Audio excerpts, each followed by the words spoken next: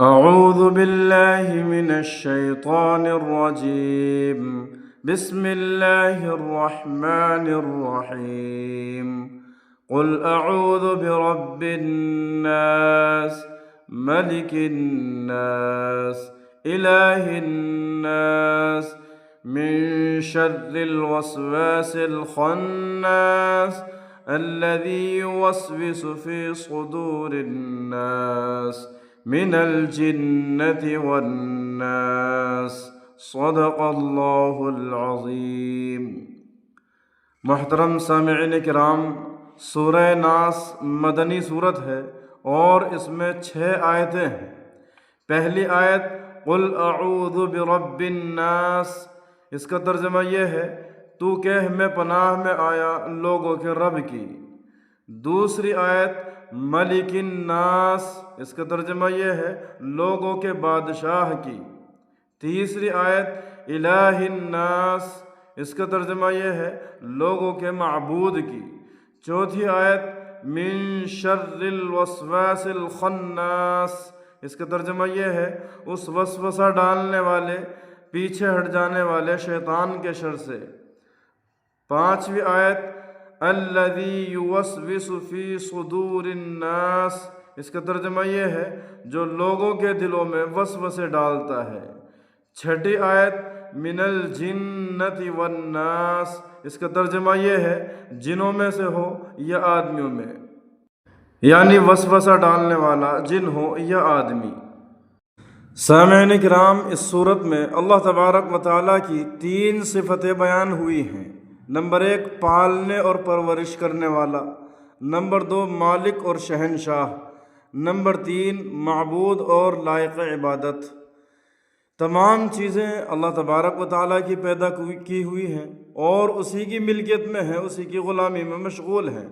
لہذا وہ حکم دیتا ہے کہ ان پاک اور برتر صفات والے خدا کی پناہ میں آ جائے جو بھی پناہ اور بچاؤ کا طالب ہو.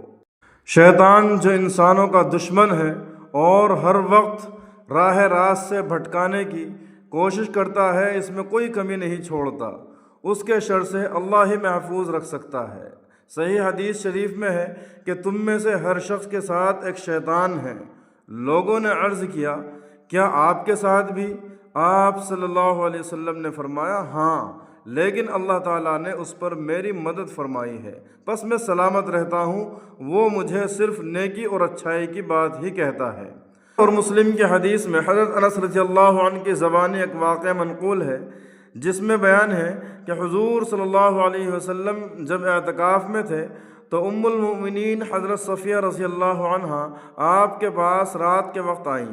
جب واپس جانے لگی تو حضور صلی اللہ علیہ وسلم بھی پہنچانے کے لیے ساتھ چلے. راستے میں 2 انصاری صحابی مل گئے جو آپ کو بی بی صاحبہ رضی اللہ عنہا کے ساتھ دیکھ کر جلدی چل دیے. حضور صلی اللہ علیہ وسلم نے انہیں آواز دے کر ٹھہرایا اور فرمایا سنو، میرے ساتھ میری بیوی صفیہ ہیں. انہوں نے کہا سبحان اللہ یا رسول اللہ، اس فرمان کی ضرورت ہی کیا تھی؟ آپ صلی اللہ علیہ وسلم نے فرمایا انسان کے خون کے جاری ہونے کی جگہ میں شیطان گھومتا پھرتا رہتا ہے. مجھے خیال ہوا کہ کہیں تمہارے دلوں میں وہ کوئی بدگمانی نہ ڈال دے. حافظ ابو یعلا علیہ نے ایک حدیث وارد کی ہے جس میں ہے کہ نبی کریم صلی اللہ علیہ وسلم فرماتے ہیں کہ شیطان اپنا ہاتھ انسان کے دل پر رکھے ہوئے ہے.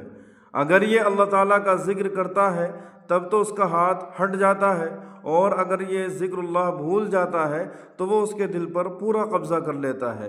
یہی وسواس الخناس ہے. مسند احمد میں ہے کہ رسول اللہ صلی اللہ علیہ وسلم اپنے گدھے پر سوار ہو کر کہیں تشریف لے جا رہے تھے. ایک صحابی آپ کے پیچھے بیٹھے ہوئے تھے. گدھے نے ٹھوکر کھائی تو ان کے منہ سے نکلا شیطان برباد ہو. آپ صلی اللہ علیہ وسلم نے فرمایا یوں نہ کہو، اس سے شیطان بڑھ جاتا ہے اور کہتا ہے کہ میں نے اپنی قوت سے گرا دیا، اور جب تم بسم اللہ کہو تو وہ گھٹ جاتا ہے یہاں تک کہ مکھی کے برابر ہو جاتا ہے. اس سے ثابت ہوا کہ ذکر اللہ سے شیطان پست اور مغلوب ہو جاتا ہے اور اس کے چھوڑ دینے سے وہ بڑا ہو جاتا ہے اور غالب آ جاتا ہے. سامعین کرام، قل اعوذ برب الفلق اور قل اعوذ برب الناس، ان دونوں صورتوں کی بڑی فضیلت احادیث میں آئی ہے۔ صحیح مسلم میں ہے، نبی کریم صلی اللہ علیہ وسلم نے صحابہ سے فرمایا، تمہیں کچھ خبر ہے کہ آج رات اللہ تبارک و تعالیٰ نے مجھ پر ایسی آیات نازل فرمائی ہیں کہ ان کی مثل نہیں دیکھی گئی، یعنی قل اعوذ برب الفلق اور قل اعوذ برب الناس۔ اور نسائی کی روایت میں ہے کہ ان صورتوں کو سوتے وقت بھی پڑھا کرو اور پھر اٹھنے کے وقت بھی۔ ایک روایت میں ہے کہ آپ صلی اللہ علیہ وسلم نے ان دونوں صورتوں کو ہر نماز کے بعد پڑھنے کی تلقین فرمائی۔ اور حضرت عائشہ رضی اللہ عنہا فرماتی ہیں کہ رسول اللہ صلی اللہ علیہ وسلم کو کوئی بیماری پیش آتی تو آپ صلی اللہ علیہ وسلم یہ دونوں صورتیں پڑھ کر اپنے ہاتھوں پر دم کر کے سارے بدن پر پھیرتے تھے۔